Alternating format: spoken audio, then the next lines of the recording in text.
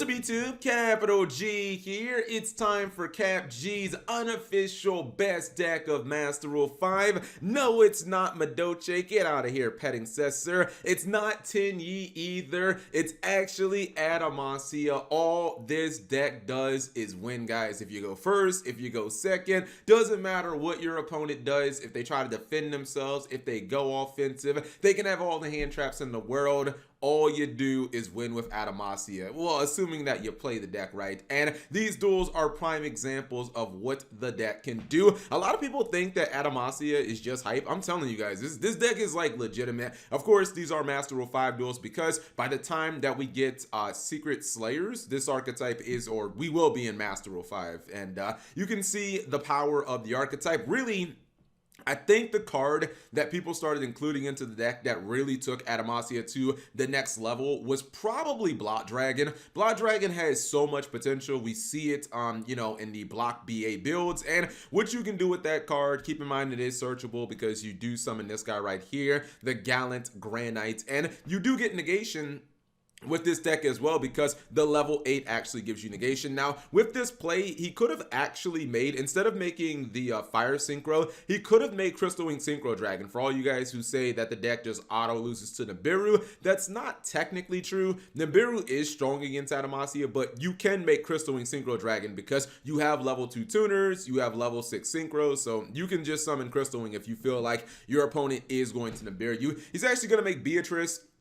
That's how he's going to get access to his Block Dragon. So this deck actually has multiple ways of getting the Block Dragon. And, you know, we got the Crystron Needle Fiber. Now, look, I'll say this. Hopefully, by the time this deck comes out, this card won't be legal anymore. I don't think Konami's going to ban Needle Fiber after just releasing it, but they could easily ban Glow Up Ball. This is what I don't want to see. But anyways, Glow Up Blow Up's legal right now, so it's legal for this duel. He is going to go for Saryuja. A card we don't really see that much. Activates the Monster Reborn for the archetype, which can bring back the synchros. There's a little bit of negation, and he's building this field up for like one of the most unpredictable. You guys will never see what's, like, you won't see coming what's about to happen. He's actually going to dump all of this into an IP Masquerena, and you're like, oh, okay, pretty interesting, Cap. What exactly is this board going to do? Brings back the Blot Dragon. Once again, now the Salamangreat player doesn't have a very good opening hand, but hey, this is what you get for running artifacts and Salamangreats instead of running, I guess, more Salamangreats in your Salamangreats. He's going to open with 6 spells and traps, so he ain't getting no Banelinks on the field. He sets everything, and check what his opponent does. Activates IP Masquerena, summons the 5-headed Link God Dragon on his opponent's turn. Get that cheese out of here. Your entire board is destroyed, and all you got is this dead, well, the Salamangreat. Obviously this card cannot be destroyed by card effects, so it doesn't even matter that the artifact sanctums were destroyed. If they try to target it, it won't matter. He's going to activate Monster Reborn to bring back his level 8, the water one, the one that has the spell and trap negation, and obviously that is 8,000 damage without even using his normal summon. Hand looks a little bricky, but it doesn't matter. He already has game on board. Doesn't need the normal or special summon to continue on and get that damage. Yeah, but you know what? The Salamangreat player, he bricks, so you guys can say, oh, come on, Cap G. He was going to win regardless. It doesn't even matter that he summoned the 5-headed God Dragon during his opponent. I've never seen it. That was so hype. But you'll see. You know, we can play through Disruption as well. Let's see. We have a deck that's I mean, it's a Shadow Luna build, and obviously when you look at the opening hand, like, this deck is designed to go second. Dark Ruler No More, Super Polymerization, Fairy Tale Luna. Like, this dude wants to go second, so he's going second, and we'll see what he can throw at his opponent. I felt like he was going to have a pretty good time because it doesn't matter what type of board your opponent builds if you got Dark Ruler No More, but unexpectedly he didn't really pop off. His opponent did nothing much. He has the Cyframe Gamma as well. This is going to be so good for going second. He sets his Super Poly, I believe. He's going to go with the field spell. He's going to stack his deck, the guarantee that he will be able to activate some of those Adamassia effects and hit. Gets the water one. That's a nice little +1. Goes into the fire.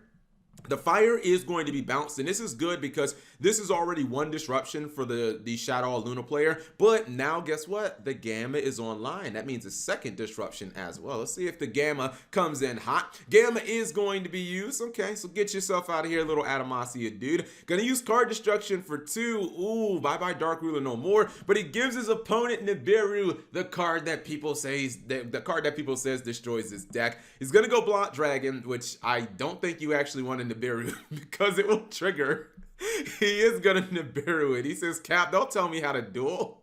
And his opponent gets like 3 cards out of that. And I'm pretty sure Adamassia can actually kill him through that. The Nibiru token obviously is in defense mode, but he still is going to have a lot of offense here. He does not have, well, actually, he has the Super Poly left. Yeah, I totally forgot he still has the Super Polymerization set. He's going to go for the Spell and Trap Negation, although it really won't work against Super Poly. But the question is, can he actually, like, use Super Poly effectively? He's going to go for Crystal Wing Synchro Dragon, which we referenced in the last video. Perfect card to counter Nibiru if your opponent has it on field, because then you can attack into it and you get the attack value of the Nibiru because of Crystal Wing's effect. Yeah, he had the Super Poly set, but his opponent had water, earth, and Crystal Wing is wind, right? Yeah, wind. And then I think that the Nibiru token is light. So I'm not sure that there was a super poly target that he could actually go into. Even something like Mud Dragon, I don't think is actually... Oh, wait, actually, hold on. Is Mud Dragon 2 monsters of the same type but different attribute, or is it 2 attributes but different? I think it might, you know what? I think that it's 2. I think it's the attribute but different types. Yeah, because I think you can use it against Guru Control. So I'm pretty sure, because I'm like, oh, these 2 monsters are actually rock, and this is a rock too, but none of them were the same attribute. Anyways, that was pretty spicy, man. Go first, win with the deck. Your opponent has all the hand traps in the world. You still win with the deck. Anyways, let's pause for 1 quick second and check out this build, and let's see if we can figure out why Madoche Pettingcessor is in here. I mean, she's Earth, but like that's the only thing I can think of is that you're using her as your first summon because you can just special summon her. Alright, so this is what the deck looks like on paper. Of course, if you guys want to download the deck, it'll be in the description below. Okay, so I think I have figured out why Madoche Pettingcessor and the Water Tinny are in here. I believe that these are just monsters that you special summon that you kind of do as like your first act. It's kind of like Extravagance. You know how Extravagance has to be the first thing that you play in any given turn. So what you do with these guys are when you don't have any of your Adamassia monsters on field, you either special summon your Pettingcessor, and then she's just, well, you're not going to activate her effect and like go +7 like you would in Madoche. However, she is just, you know, level 4 monster. She does happen to be a monster that you could use for your Gallant Granite. So just kind of a level 4. Same thing goes with the Water Tinny. Also, the Water Tinny is water attribute, so it helps you go into Abyss Dweller. If you know you're playing against a specific matchup like Orcus or Salamangreat where Abyss Dweller is super good, that's the main reason that I can think of why you play those. Same kind of thing for like a card like Goblinberg. Oops, let's put this right back. You know what? I think I'm going to use Pettingcessor as the thumbnail for this video, just to troll. And people will be like, how dare you use her, Cap? And I'm like, dude, she's in the deck. You run multiple copies of her. This is a card I'd never seen before, Gravity Collapse. It's a counter trap, and you send a face-up synchro monster you control to the graveyard when your opponent summons a monster. It looks like it's any type of summon, and then your opponent can't summon monsters until the end phase of that turn. So I guess you could just give up like one of your level 6 Adamassia monsters, and then you can kind of like lock out your opponent from summoning during that turn. So that seems pretty good. There are some actual hand traps in here.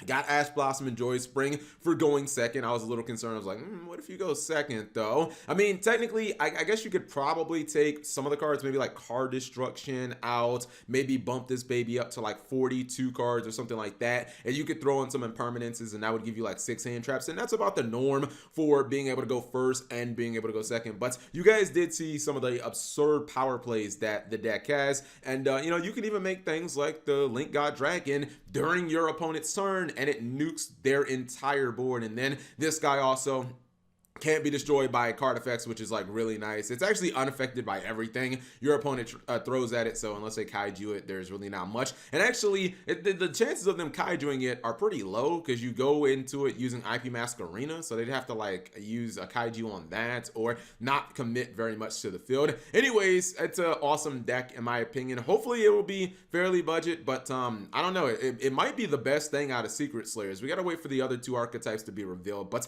I feel like this is probably gonna be the Chase archetype in that set, but you know, that can change in the future. Anyways, thank you guys for watching. As always, subscribe if you have not already and turn on that notification bell for daily videos.